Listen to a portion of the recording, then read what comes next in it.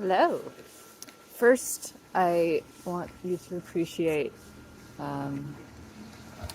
all of the inflatable Santas on this street.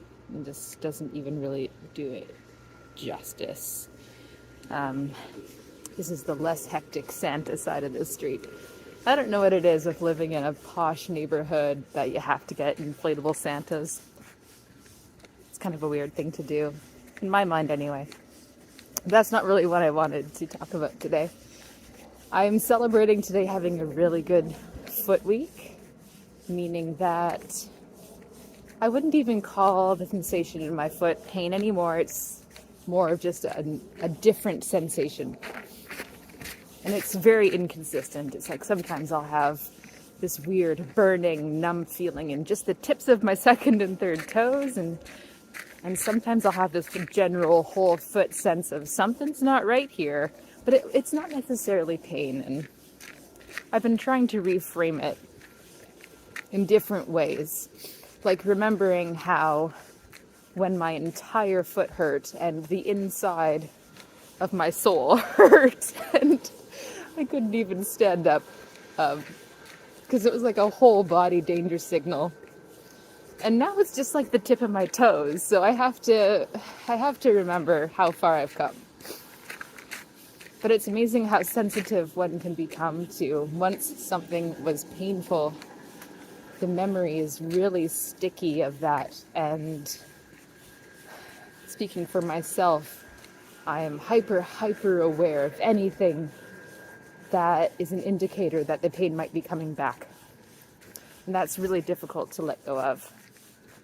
Not really sure how that works, but I'm experiencing it. It's very interesting. That's not even what I wanted to talk about today. What I want to talk about is part of my process of the past 9 months, exploring what it's like, navigating what it's like to have a foot you can't stand on, and resolving that slowly. And a big part of my process actually was learning how to orient my world to the left-hand side. And the reason why is a part of the discovery of one of the root causes of my issue that was made more recently in the journey, the past couple months, was that I have a segment of my spine that's more rotated to the right. And even my neck rotates a bit more easily to the right. So there's quite a big, and my spine's a bit like laterally flexed to the right. So there's quite a disposition for me to more easily live my life, more aware of what's happening on the right-hand side of me. Like pretty lights. But what I started to notice when this pattern was made aware to me was that you become aware of something new that wasn't even registering before, and then you start to catch it everywhere. Like when I'm standing at the counter chopping vegetables or something and noticing that I was twisting and bending to the right. Or that as soon as I was having a conversation with somebody and I became less aware of myself and what I was doing in my body, I would suddenly catch myself standing with my spine rotated and laterally flexed to the right. And in those instances, I'd also realize that, hey, my foot just got a little worse.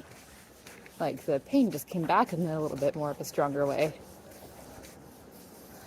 And then as I started to use movements to rotate and laterally flex my spine to the left to get out of that pattern, I'd noticed when the sense of tightness in the right side of my abdomen and back would come back again. And that prompted me to check, okay, what am I doing with my body?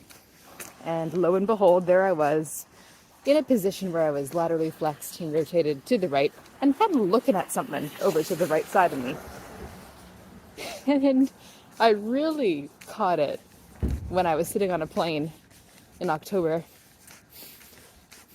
And I was in the aisle seat. And I was actually having a really great time. I was sitting there and I was visualizing my spine rotating to the left, and it felt really nice just to focus on that. But then something caught my eye to the right, because I was in the aisle seat on the left-hand side of the plane. So there was this guy in the row in front of me on a diagonal, so on the right-hand side of the plane in the aisle seat.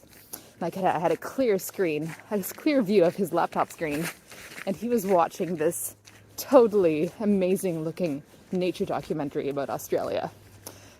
And so I couldn't help it. I was watching it. It was so beautiful.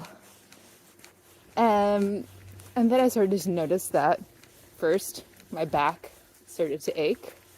Then that stabby kind of pain in my stomach came back. And then my foot started to flare a little more. I was like, oh, that's very interesting. So then I turned my head to the left to kind of look out the window or past the two people that were in front of the window. And then I felt as if my whole spine followed with my head and started to rotate a little bit to the left, and things felt a little nicer in my body. And that was an eye-opening moment. So from then on, I became very bossy about my environment, that everything had to be to the left-hand side, at least temporarily, until living over on the right started to hurt me less. Like I had to become resilient by going the opposite direction, finding some balance, and then coming back to the right when I was ready for it. This was also really brought to my awareness when I had a major flare-up back in October that just so happened to be correlated with the way I was sitting playing ukulele. I got this, I don't know where it came from, I had this sudden urge to pick up my ukulele again. And the way I was sitting was in a position where I was laterally flexed and rotated to the right because I was holding the uke on my right-hand side. And over the course of the next 3 days, things got so bad that I almost felt like I was back to square one. But that was a really important discovery, so I'm super happy that it happened. The 3 days of lying on the floor crying weren't so great, but getting to that truth was really useful because it really accelerated my process after that, just to see how sensitive my body was to that right lateral flexion and rotation in my spine. So,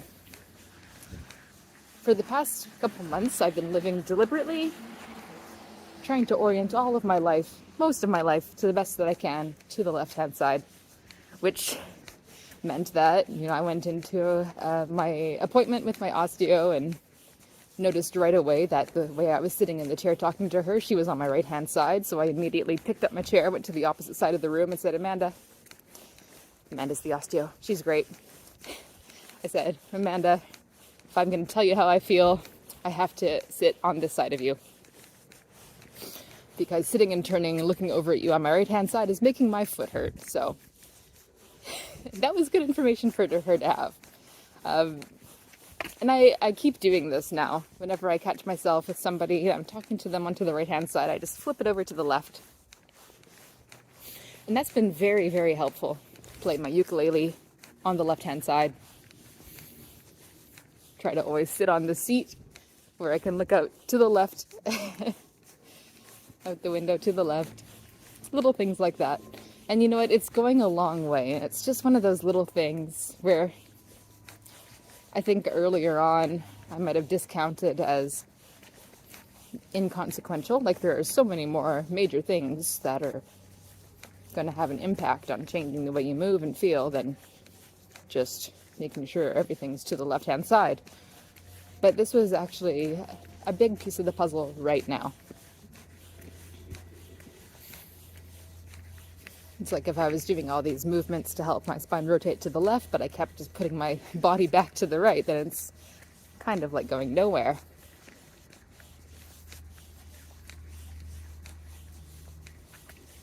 Anyway, that's really all I wanted to say. I thought it was interesting. You might, or you might not, but either way, I had fun talking about it. So, have a good night, and love your body.